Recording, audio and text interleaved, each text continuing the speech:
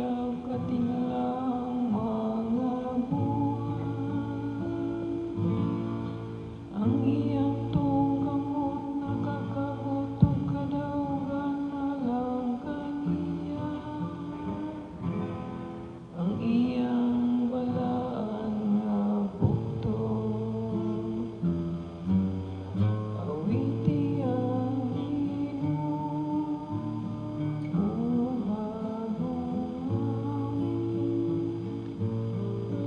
kay naghimo siya katingalang mga buhay. Ang Ginoo nagpaypalusay ang kaluwasan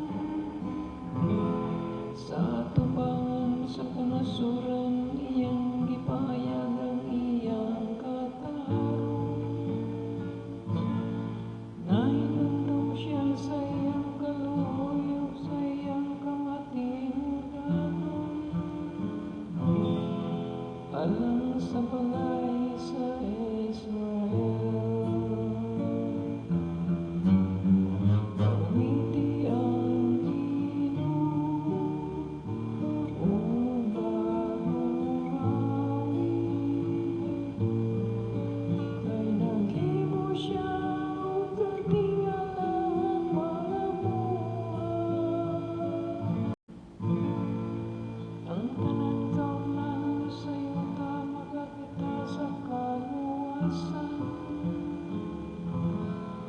nga gihimo sa atong Dios. Awiting malipayon na ang Ginoo, kamutanan kayutan. Singgit kamo sa pag-awit, pag-awit kamo pagdaig. Awiti ang Ginoo, bagong awit, kay naghimo siya